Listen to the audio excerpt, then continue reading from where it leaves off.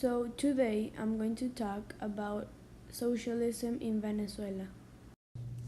Hugo Chavez entered the power in 1999. He was in the power from 1999 to 2013. In 2013, he died. Nicolás Maduro took over the power and he took the reins of rules. Venezuela was one of the richest countries in Latin America. It became a democracy when the dictatorship was overthrown. Venezuela was once the most prosperous country in Latin America.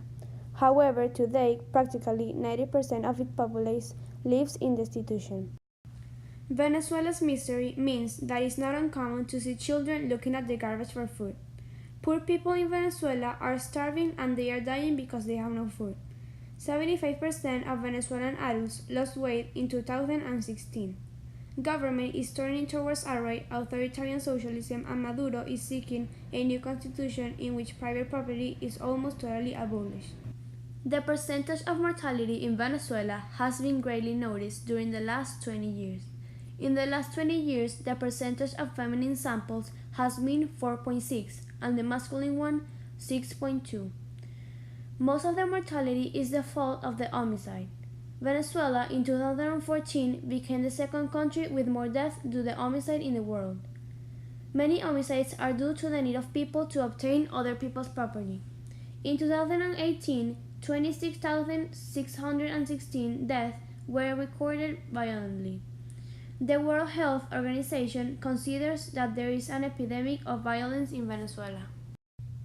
Venezuela is one of the richest countries in oil, and its production fell to its lowest level since 2002, and this makes this country does not evolve because they are covering their main source of income. The country currently needs to opt for a big change in its economy, which implies that they invest in industries the income they obtain due to their raw material. This will produce what is consumed and generates a lever for development. The main oil industry in Venezuela, called PDVSA, used to be the main source of income from abroad when oil generates profits of more than $100 a gallon. These profits were stored in billions according to the number that PDVSA presented.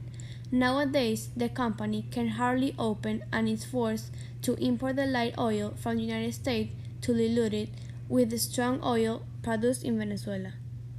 The emigration in Venezuela has been one of the main problems of the country, leaving behind its social, economic, and political crisis. This has created a separation for the entire region. It is estimated that since 2014, the number of immigrants exceeds 2.3 million, and this makes different countries of the world realize the arrival of citizens to their land. One of the countries that most Venezuelans has received has been Colombia. Around 1 million Venezuelans have arrived this country. In Venezuela, citizens ask for elections, and they need a Nicolás Maduro to lift this prohibition to allow an humanitarian aid so that food and medicines can reach the country. They also ask that the political prisoners to be released. The Assembly has the power to make a drastic change in the government structure of the country.